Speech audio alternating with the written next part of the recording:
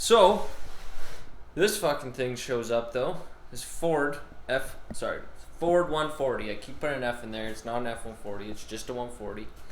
But it's a hydrostatic, so she can't go fast. But that's not bad because we don't necessarily need to be going fast for this build. We can just do some crawler stuff, possibly. So I'm going to give her the old loving treatment, make her look real sweet, give her lots of flex and everything. She has a Kohler 14 horse.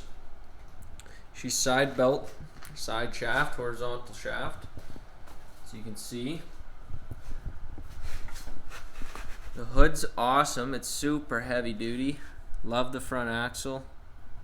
It's got 5-bolt rims, which is awesome, and 1-inch axle shafts, which is a bonus. Cool seat. So this is probably going to stay with us as well. We're doing a lot here, people, and we're trying our best to keep up with builds and stuff and whatnot. I know I was doing a build series on this, but I don't know if I'll be continuing that. Hopefully you'll see the new builds and you'll be able to take what we do from there and put it into your own mower. Mitch's mower is still in the back there. It's got to get transaxle plus more. Drift mower's coming along good though. She'll be out drifting soon. But this thing I'm going to work on real quick because I want to get this thing running. Well, it already does run, but I want to get it driving around on some cool tires and some flex and whatnot. See what I can do with her and then get her up to the cabin. But stay tuned, people. We're doing some awesome shit. And now that we got the merch site, you can go on there and you can take part in buying some awesome shit. And yeah, cool stuff. Can't go wrong with the Ford. Get some Rogue Fab bending, tube bending going on her, so that'll be good. Alright, so one of the first things I like to do when I get the mower in, after cleaning it up, is get everything I don't want off of it. So that's just random bits of metal, different parts and pieces maybe for the mower engagement or stuff like that. So as you can see here, I got the foot stepper off, whatever you want to call it, and there's a bunch like bullshit metal spacers, washers I don't need, so I'm just gonna get rid of that. So I'm gonna fill that in with metal anyways, so I'm just taking that stuff off. But that's kind of what the first things I like to do, people, is just take what you don't want off. Don't leave garbage on your mowers because it could get hung up on stuff if you're going crawling, or just cause you a problem in the future, and you never know. So alright, so you can see by the tools, whatnot, we'll be getting some work done. Some spare metal. This is what old 70s hydrostatic looks like. This is the gear selector. It doesn't select gears, you just kind of turn it and it applies more fluid or less fluid and gives you a go or a no. So that's also how you put it in neutral. And then you can see the side belt setup, super simple. Clutch just literally is connected right here, and you can see how that frees up. It's got some old school, some cool to it. It's heavy, so it's not going to go fast. It's not what it's made for, but it is going to have some really cool crawler aspects to it. Hopefully you'll be able to do some crawling, so we'll find out. If anything, it's just going to be a sweet workhorse at the cabin. Alright, making some progress on the Ford here. Got my brake system going. So as you can see back here, this is a strap brake, so you can see there's a little bit of a strap that goes around your disc, if you want to call it disc. Okay, so from there's a linkage that goes up to this arm, and then this linkage goes to this arm, and then this arm goes through, and you can see it sticking out right there. So if you look down there, when you actuate it, boom, that's full brakes, and you can see this guy back here being lifted off. So I'm gonna have a lever off of there that sticks up beside the unit, and then that will articulate the brakes. But sometimes you guys just gotta think about linkage. So this has 2 linkage arms up like that, so it's a lot of linkage, but it gets the system done, and it's a good way of going about it. Something you guys might wanna be thinking about when you're building your brake systems. Okay, so you see drilled some holes through the frame. Boom. Damn, those brakes are gonna work mint.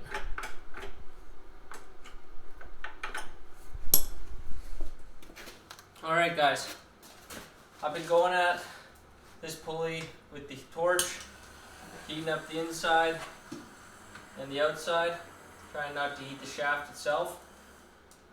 And then beating on it, and that's just not working. So I grabbed my old pickle fork out of the drawer, and we're gonna smash out some ball joints here. But anyways, I've been making progress, smashing on the top of this, and because it's V'd notch like that, it's applying pressure out off the shaft. And I don't know, let's see if we can keep going.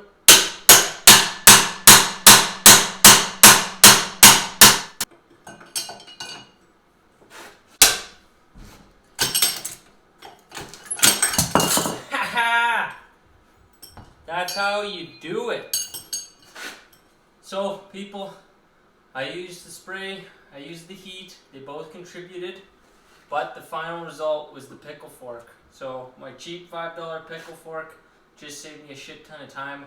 I suggest you guys do it if you got something stuck. Cause damn, the shaft, perfectly fine. Oh, shaft, not even hot. Wow. So you can see I heated that up actually well. Fuck yeah. Alright, so I got the front axle out of the Ford here. And this one's fucking awesome because I'm just going to do a little bit of notching on the frame and then cut off some tabs on the axle and I'll have plenty of flex. So that's awesome. I'm going to get to that. I'm also going to clean up the axle, clean up the frame a bit, paint some stuff, and you'll see how it goes. But she's coming along even though it doesn't look like it. But the big things are getting done behind the scenes, which are the good things. So yeah, we'll keep pegging away. Alright, front axle's all cleaned up. It's pretty nice blue underneath, but I think I'm going to paint her black. Anyways, I have a couple things I'd like to put in here just to strengthen it up. Not strengthen, but stiffen it up, I mean. I'm going to throw a couple washers in and then put her in, test fit it. I did cut off those nubs there, grinded everything nice and flush, so it looks factory now. But yeah, let's get it in there, see what it looks like. Wow, I did not realize how useful the pickle fork really was on the mowers. Check it out, she was seized, beat it on her, and now she's free. So fuck yeah, that's unreal. Fuck, I love the pickle forks. Alright, so we're working on the Ford mower here. Nick's over and he's looking at the throttle pedal right now. A lot of work's been getting done. Front axle's looking pretty spiffy. With nicely freshly painted. See another steering rod there.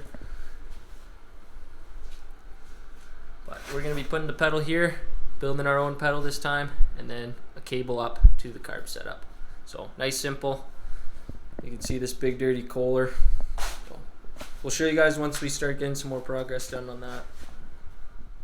Okay, so as we said before, we're doing some throttle work here. Got rid of all our old linkage. No more governor system from the engine there. We've just got a straight cable now that comes around the engine through a simple little bracket.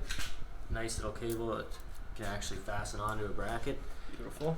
And then a simple little cable crimp through the throttle linkage there.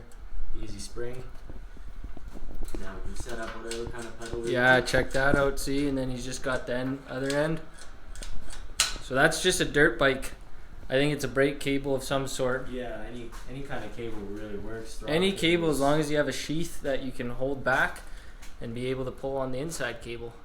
That's a minimal system. You guys can also see the little return spring. Make sure if you're doing this kind of setup, it needs to be able to return by itself. All the way back. All the way back. You will have you will have throttle issues where it's revving as soon as you go because this will get sticky. So make sure that it does that. Make sure it's setting against a little, because this is your throttle adjuster screw. Make sure that is sitting against it. Yeah, you want it to hear that little tick. Bang, bang. Quick tips there. Help you guys out though for sure.